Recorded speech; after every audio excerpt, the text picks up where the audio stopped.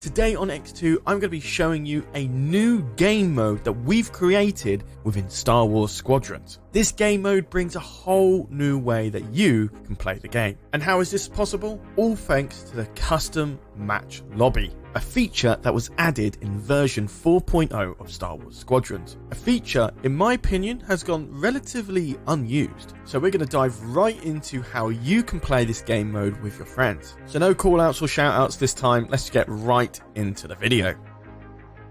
So what is this game mode exactly? Well, I call it the boss mode. It's where you have 5 people on one team and 1 person on the enemy team. So basically a 5v1. Now, the people that are playing as a 5-man, they play as the New Republic faction. They can play whatever ship they want, whatever build they want. On the Empire's side, you're locked to the TIE Defender. Only this time, it's just as strong as it is in canon and legends. Pretty much the terrifying power that it is in Star Wars Rebels. The TIE Defender has more hull, more shields, a ton of auxiliaries, and can effectively 5v1 the enemy players. First to 10 kills wins the match, pretty much. And of course, because there's more New Republic players, there's a lot more potential to get more kills as the Empire, whilst the New Republic have 5 people honing in on 1 player. Because of the ferocious power of the TIE Defender, the New Republic have to play very careful, because in 2 shots, boom, you're dead. So it's up to the New Republic to gather together and work out a strategy on taking out the TIE Defender. So, how do you get to play this game? Well, you go to the multiplayer section and then click Create Custom Lobby. When creating your custom match, there's some specific settings that you need to put in place to make this game mode possible. And the settings are, game mode is dogfight, map can be whatever you like, but I pick Yavin. The match time at about 30 minutes, it definitely won't be 30 minutes, but just to be sure. And the points required to win down to 10. For restrictions, you're going to need to ban the TIE Fighter, Bomber, Interceptor and Reaper,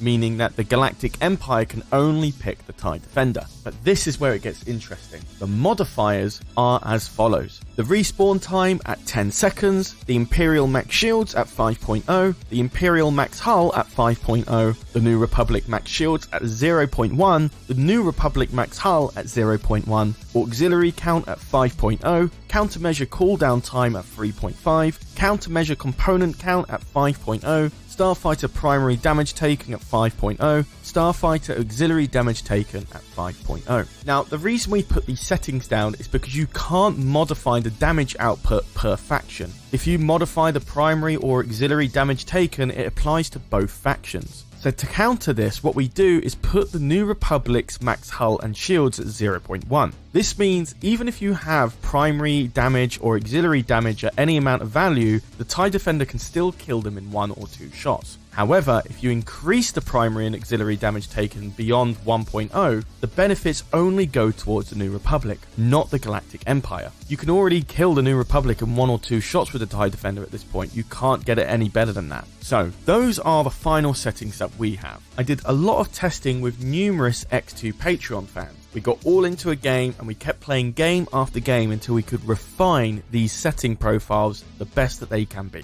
And honestly, we had game after game where the TIE Defender was just demolishing each and every game. The issue being is that the TIE Defender can really punish poorly positioned enemies, which means if I was lucky, I could score 3 kills in a very short amount of time. So to counteract this, we gave the New Republic a lot of firepower back at the TIE Defender. The reason for this is because the TIE Defender is going to need quite a bit of time maneuvering and evading firepower so that it can rebuild its shields. But of course, we'll go into the loadouts that I ran and the New Republic players ran a little bit later on in the video. But after numerous testing, we finally got this game. It was intense. It was really difficult on my end and it was really difficult on the enemy team's end as well. For me, it was all about survivability, avoiding as much firepower as possible so that I could rebuild my shields with advanced power systems. For the enemy team, it was all about keeping together and coordinated. If an enemy player was too far away from me, that made them a really easy kill for me to hone in and shoot from far away. If the New Republic all teamed together and revolved around me, dogfighting me constantly,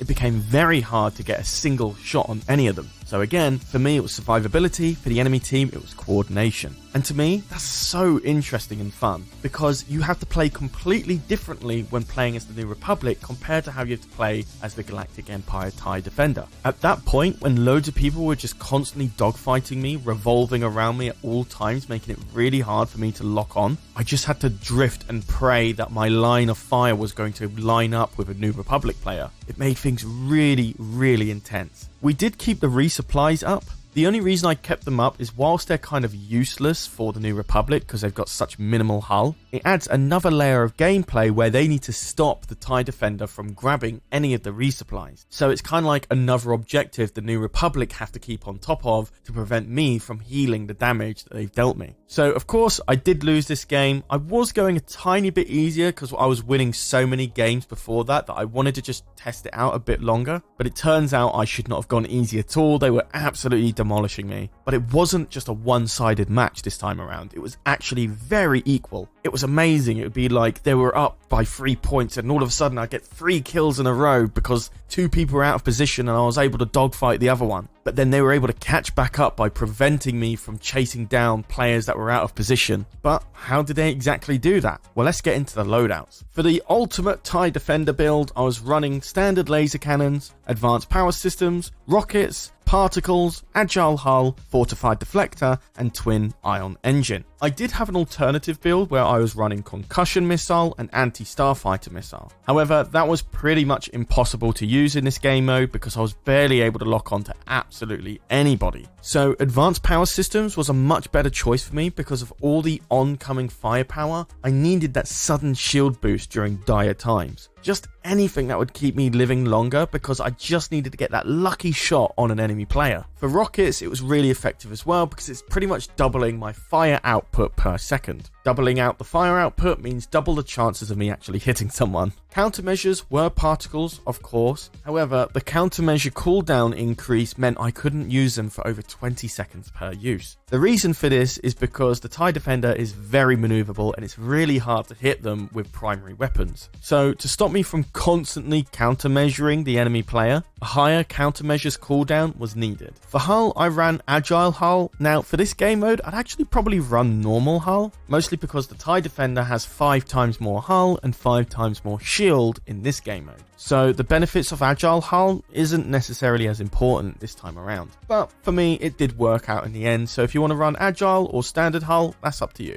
For shields, it's fortified deflector. Fortified deflector is like one of the most important shields you can get right now. It works for every faction, for every class. The payoffs for running fortified deflector is totally worth it, and even more so when you're in dogfighting because you're not going to get any form of chance to regenerate your shields out of combat. And for engines, I ran standard ion engines, mostly because I didn't want to impact my maneuverability whatsoever. So that was the loadout I ran. I can't give you the exact loadouts the enemy players are running, but what I do know is that the team coordinated by having 2 separate ion based builds and 2 others running concussion missiles and starfighter missiles, etc, etc. So the reason for this is the TIE Defender is very weak to ion lasers and ion missiles. The TIE Defender is very reliant on its shields for survivability, so when it gets hit by an ion missile, I lose all of those shields and I'm just left with the hull. Whilst I still have quite a fair amount of hull anyway in this game mode, shields are still super important. And that is why I also run advanced power systems on the TIE Defender. So 2 players would strip down my shields and completely disable me in the process, while another 2 players would use their concussion missiles and anti-starfighter missiles to deal hull damage, all of which to completely counter my insane maneuverability. But of course, they need to do this while staying relatively close to me.